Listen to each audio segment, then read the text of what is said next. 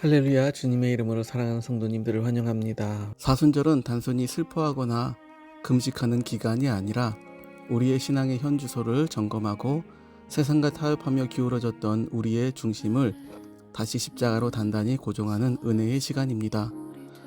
하나님의 말씀을 함께 봉독하시겠습니다. 하나님의 말씀은 요한복음 2장 23절부터 3장 3절까지의 말씀입니다. 이 시간 말씀을 봉독하겠습니다. 6월절에 예수께서 예루살렘에 계시니 많은 사람이 그의 행하시는 표적을 보고 그의 이름을 믿었으나 예수는 그의 몸을 그들에게 의탁하지 아니하셨으니 이는 친히 모든 사람을 아시며 또 사람에 대하여 누구의 증언도 받으실 필요가 없었으니 이는 그가 친히 사람의 속에 있는 것을 아셨음이니라. 그런데 바리새인 중에 니고데모라 하는 사람이 있으니 유대인의 지도자라. 그가 밤에 예수께 와서 이르되 랍비여 우리가 당신은 하나님께로부터 오신 선생인 줄 아나이다.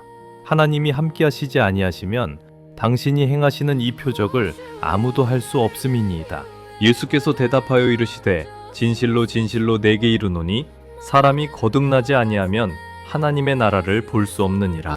오늘 함께 나눈 본문 요한복음 2장을 함께 살펴보았습니다. 바리새인이자 유대인의 지도자였던 니고데모는 예수님을 찾아와 이렇게 고백합니다. 당신이 행하시는 이 표적은 하나님이 함께하지 않으시면 아무도 할 수 없습니다. 사람들은 예수님이 보여주신 놀라운 표적과 기적에 열광했습니다. 질병을 고쳐주고 삶의 굶주림을 해결해 주시는 그 능력에 사람들은 환호했습니다. 그런데 성경은 아주 충격적인 말씀을 우리에게 전해줍니다. 예수님은 그렇게 열광하며 보여든 사람들에게 자신의 몸을 의탁하지 아니하셨다라고 기록하고 있습니다.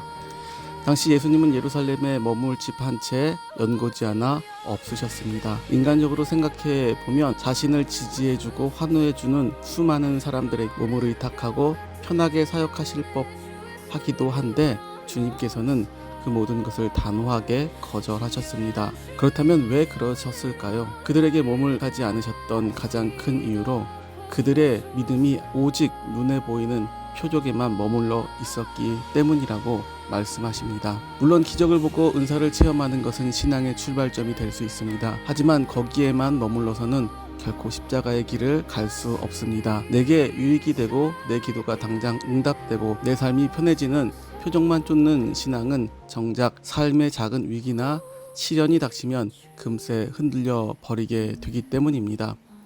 예수님께 열광했던 그 많은 사람들도 결국 예수님이 십자가를 지실 때 예수님을 십자가에 못 박으라고 소리치던 폭도로 돌변했던 것을 볼 수 있습니다. 사순절은 바로 이러한 얕은 신앙에서 벗어나는 훈련의 시간입니다. 떡을 먹기 위해 예수님을 따르는 것이 아니라 생명이신 주님 그 자체를 얻기 위해 나아가는 시간입니다. 그렇다면 주님께서 원하시는 진짜 믿음의 사람, 주님이 기꺼이 당신의 몸과 당신의 사역을 의탁할 수 있는 사람은 누구일까요? 예수님은 마태복음 16장 24절에서 이렇게 말씀하십니다. 누구든지 나를 따라오려거든 자기를 부인하고 자기 십자가를 지고 나를 따를 것이니라. 그렇습니다. 주님이 원하시는 믿음은 내려놓음에서부터 시작됩니다. 내 생각, 내 고집, 내 세상적인 기준을 십자가 앞에 내려놓고 주님을 따라가는 것입니다. 내가 주님보다 더 커져 있으면 우리는 결코 주님을 따라갈 수 없습니다. 주님이 나보다 커져야지만 우리는 주님을 따라갈 수 있습니다.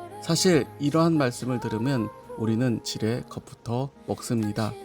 그러나 예수님의 제자들도 우리와 동일하게 작은 시험에도 넘어졌던 사람들이었고 예수님을 온전히 따라가지 못했던 사람이었습니다. 예수님을 따라간다 하면서도 자기들끼리 누가 더 크냐 자리다툼을 벌이고 하면 예수님을 속을 썩이고 사고를 쳤던 그러한 사람들입니다. 심지어 베드로는 십자가 앞에서 예수님을 모른다고 3번이나 부인했었습니다. 어떻게 보면 오늘날 우리보다 엉망진창인 사람들이었습니다. 하지만 그러한 사람들을 주님께서 버리지 않으셨고 책망하지 않으셨습니다.